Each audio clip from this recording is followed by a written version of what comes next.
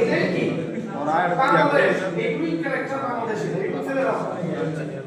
তখন আমি যদি অন্য কিছু বললাম I am appreciate about honest no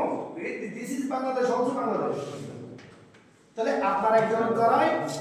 20 কোটি মানুষের কি হলো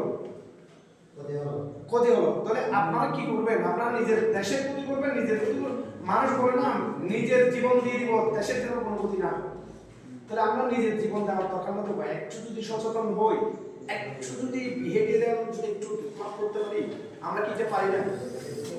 আমরা কি কোন পরিবেশ থেকে আসছি জানি না পৃথিবীতে পরিবর্তনশীল আমরা পরিবর্তন হচ্ছে আমরা যদি পরিবর্তন হতে না পারি ওই জিনিসে গিয়ে আমরা লাভ আমাদের কোনো ক্যারিয়ার থাকবে না আমাদের কোনো কেউ দাম হবে না ওই ইন্ডিয়াকে যেমন আরেকটা বিষয় বলি ধরেন কোনো করোনার মতো একটা দুর্যোগ আসছে আপনার সুপার শোরের মধ্যে কাতারের সুপার শোরের মধ্যে 20 জন লোক আছে কয়জন 50 জন লোক আছে